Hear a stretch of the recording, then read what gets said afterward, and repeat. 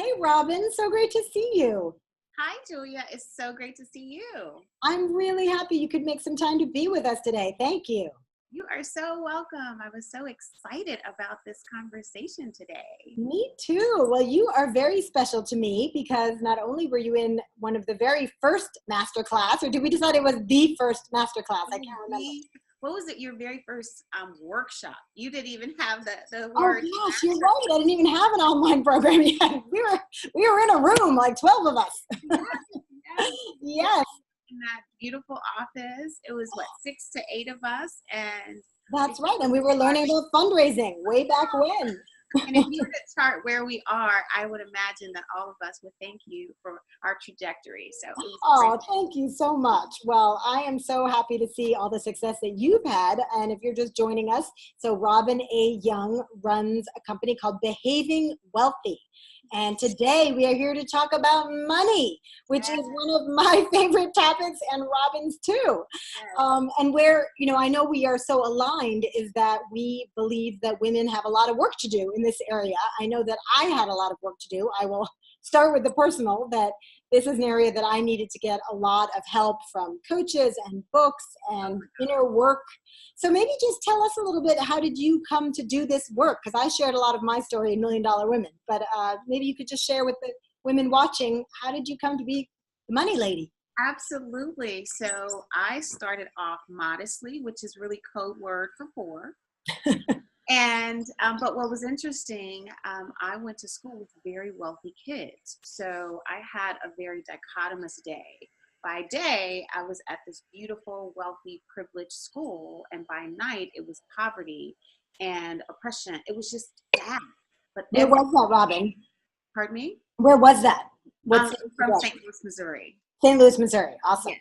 And so I was bused 2 hours each way. I kid you not, like, how your grandmother says that. No, that literally was my experience. Oh my goodness, that's far, 2 hours each way. It was. And so what was really interesting, I was very smart and active, and I did really well, but my experience was very different than my classmates' experiences.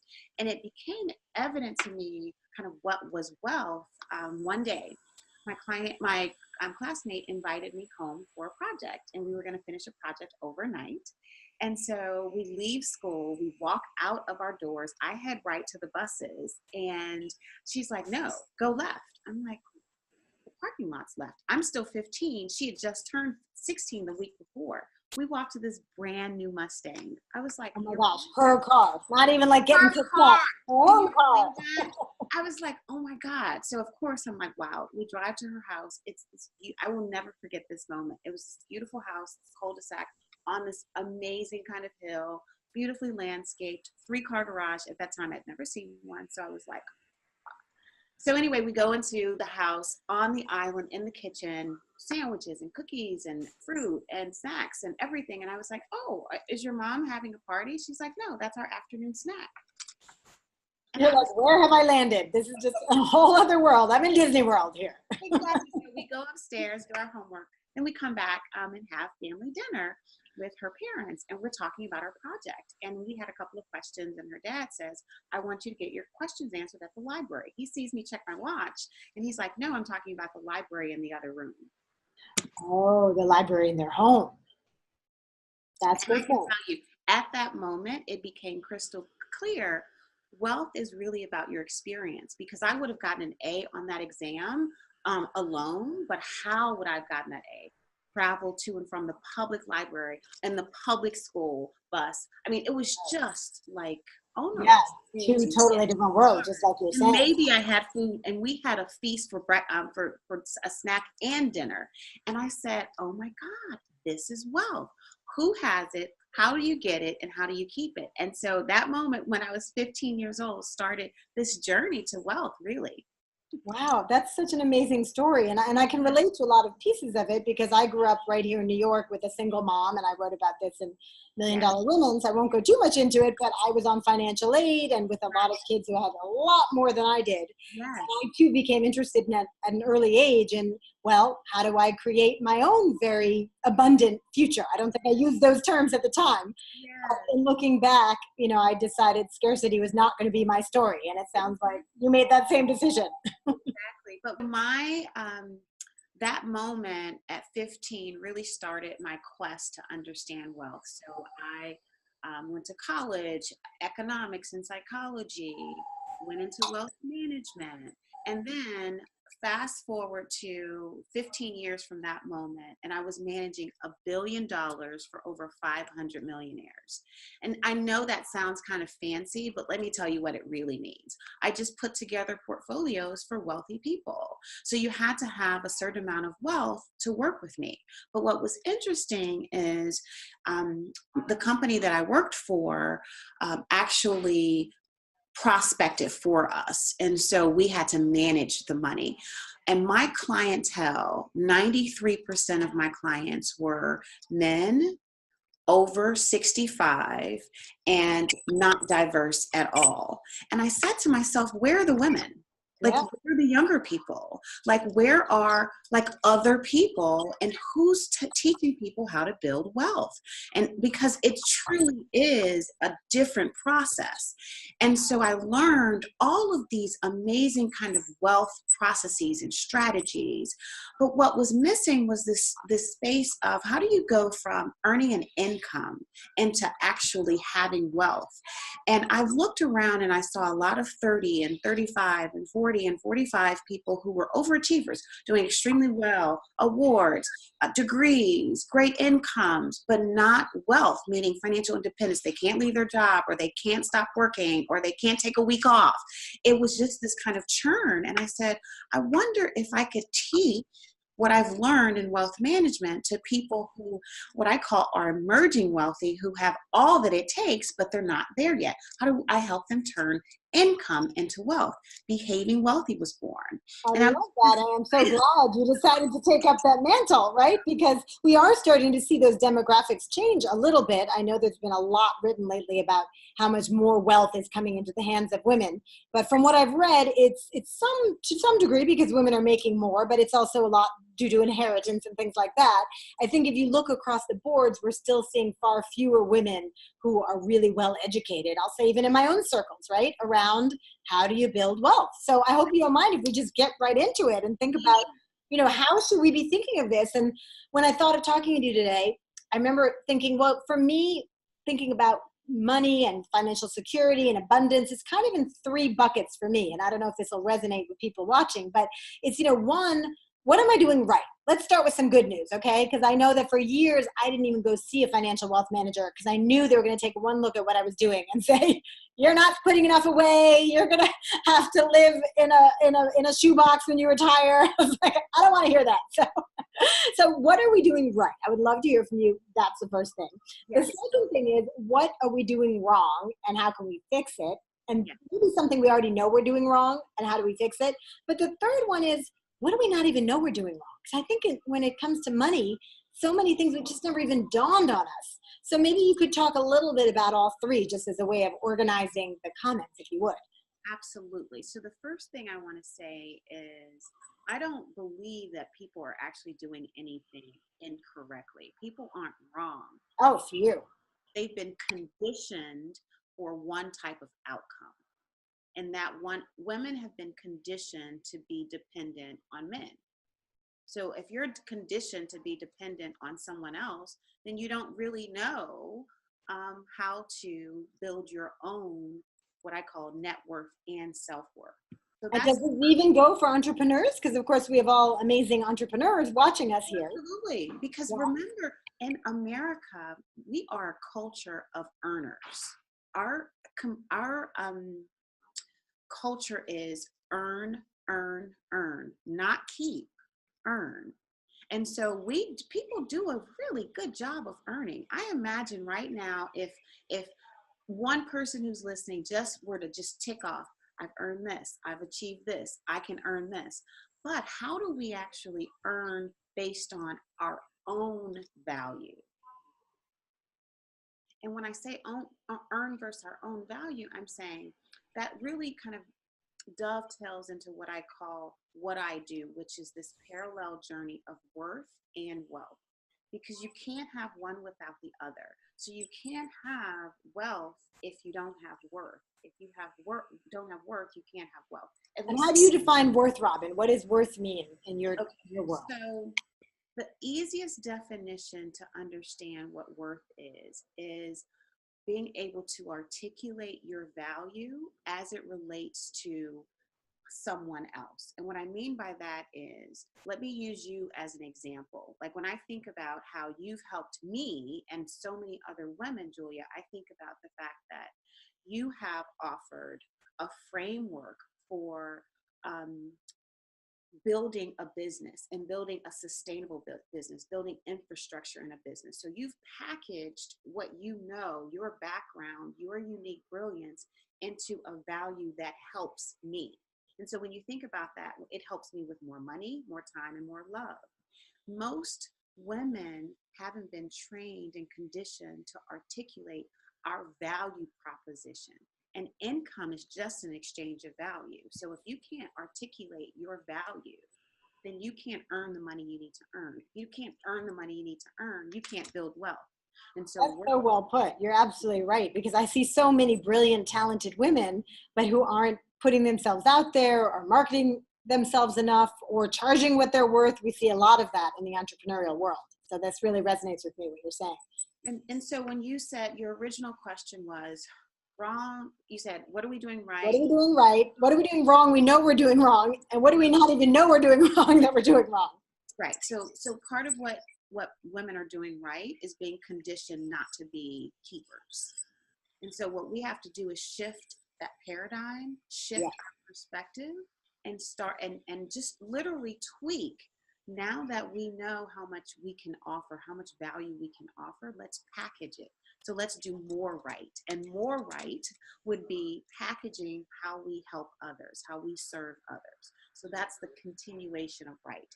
Now, the wrong piece, like I said, I don't really look at it as wrong. I look at it as misconditioned. And so all we have to do is literally reprogram your habits. Well, before we get into that one, let's just stick on the right for 1 minute, because I want to make sure people have some good news in case anyone's having the fears I used to have of, oh, if I think about my finances, it's going to be so much bad news. I don't even want to go there. So what about if you are putting money every year into a Roth IRA, or you are having a certain amount deducted every month from your bank account that goes straight into your savings? What are a couple of things you see women doing right so that some women watching can feel like, okay, good, I'm doing that?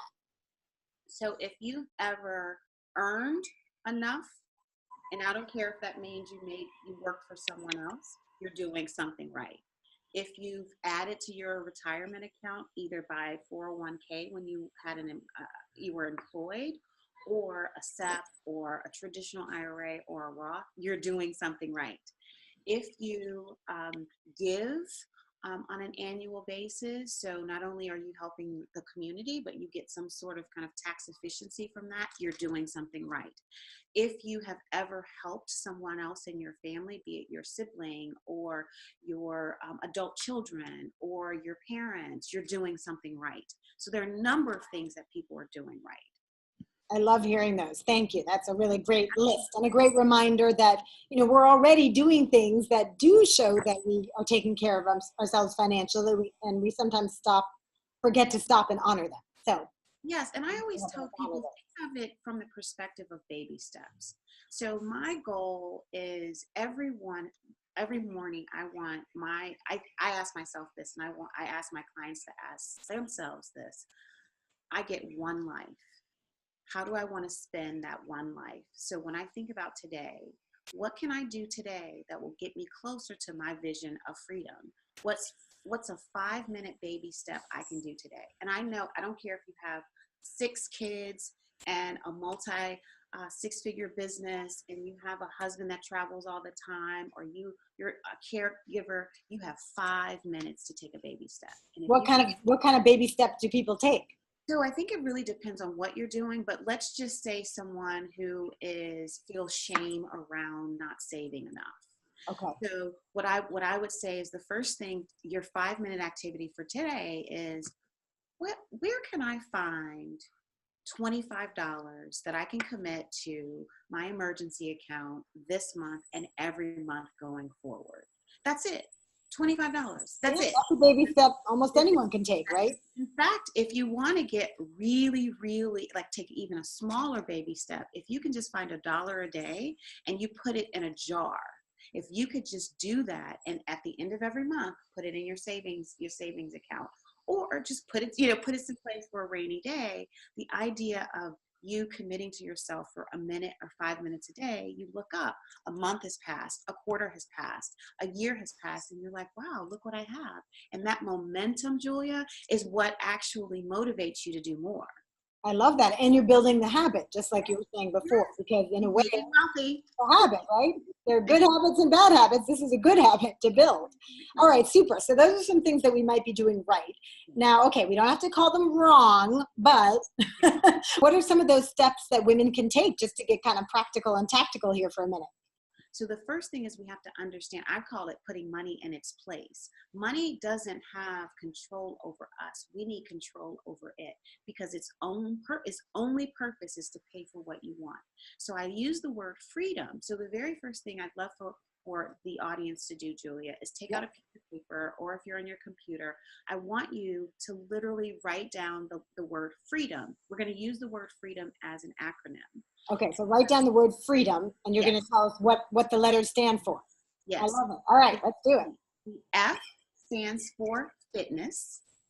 And so you want to think about what's your highest vision of health and beauty. The R in freedom stands for relationships. What's the highest vision you have for relationships with yourself, your spouse, your family, and your friends?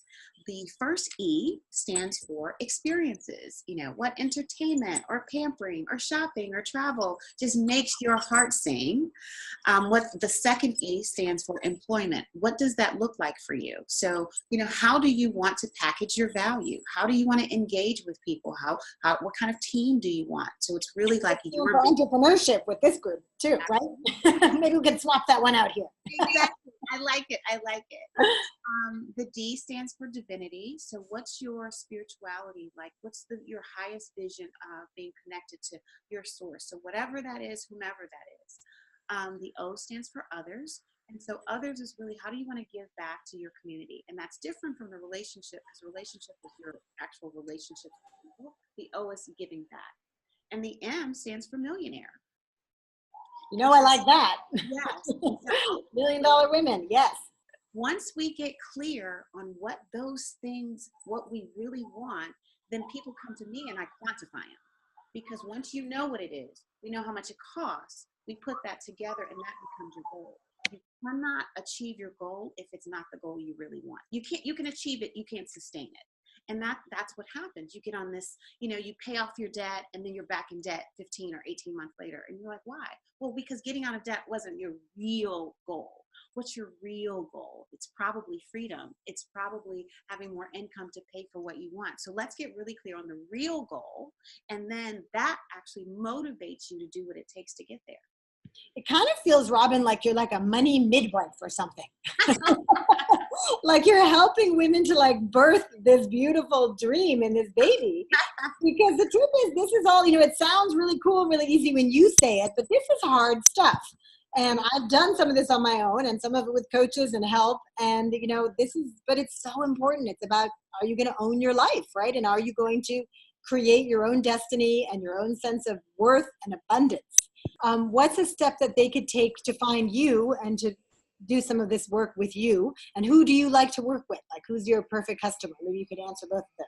Yeah, so my favorite kind of client, on my profile list, I love overachievers. I love people who like to just want to do things right.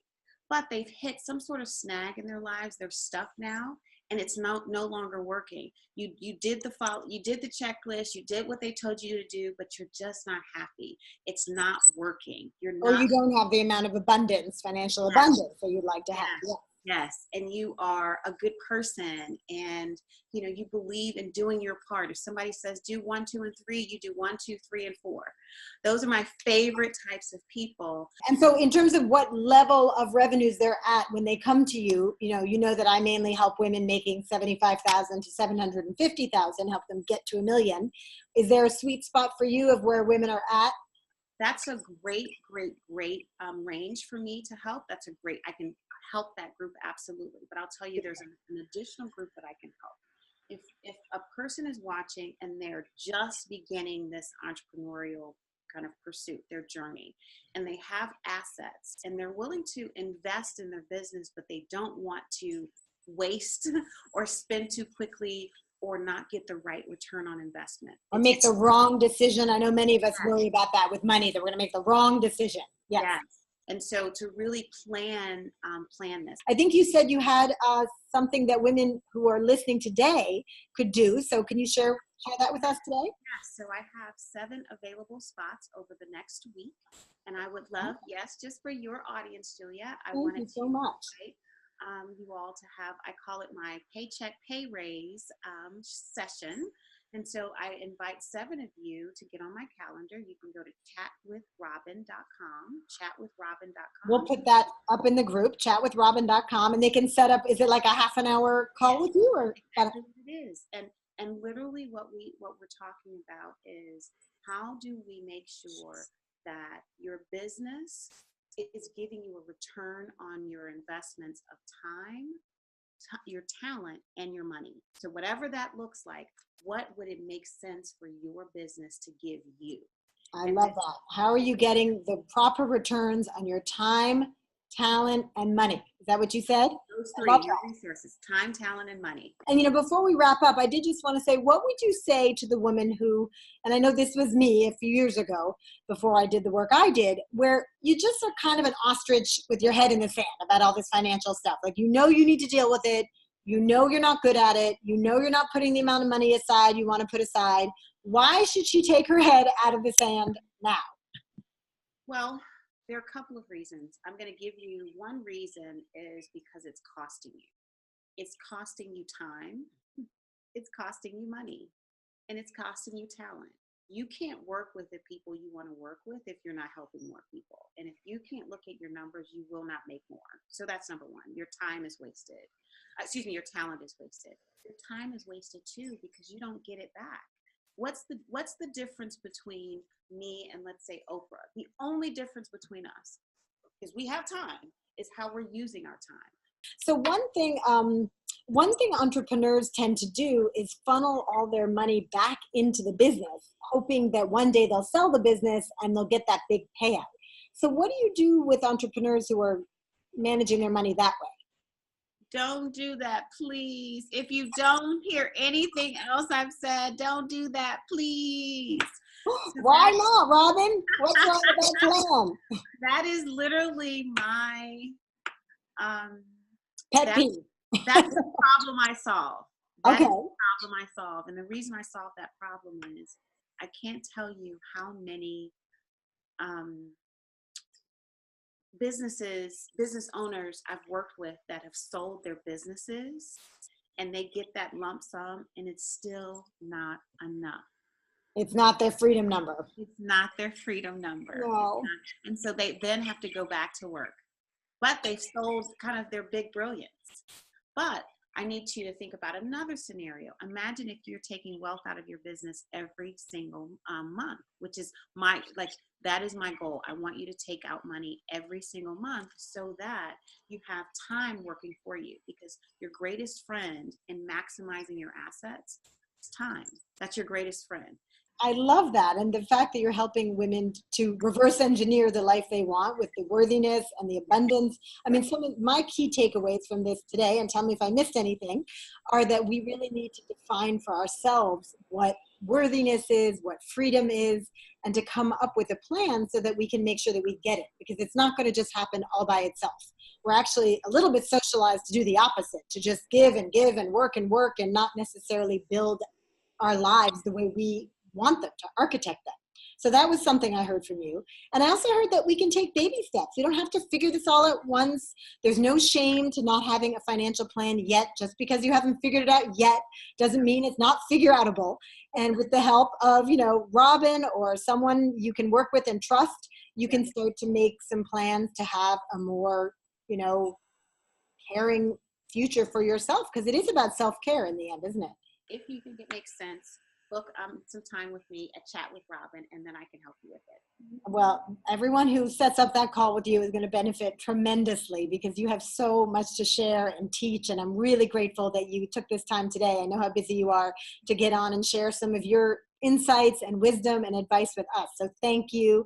I adore you. I love seeing how you are just shining so bright. And it was really fun to have this time together. So thanks again, Robin. Thank you for inviting me to your audience, and just, I love talking to you. Well, we always have a blast, and we will continue the conversation in the Facebook group, because you are part of the Facebook group as well. And we will see each other over there. But have a wonderful day, and thanks again for joining us. Thank you so much, Julia. Enjoy your day. Thanks, you too. Bye-bye. Bye.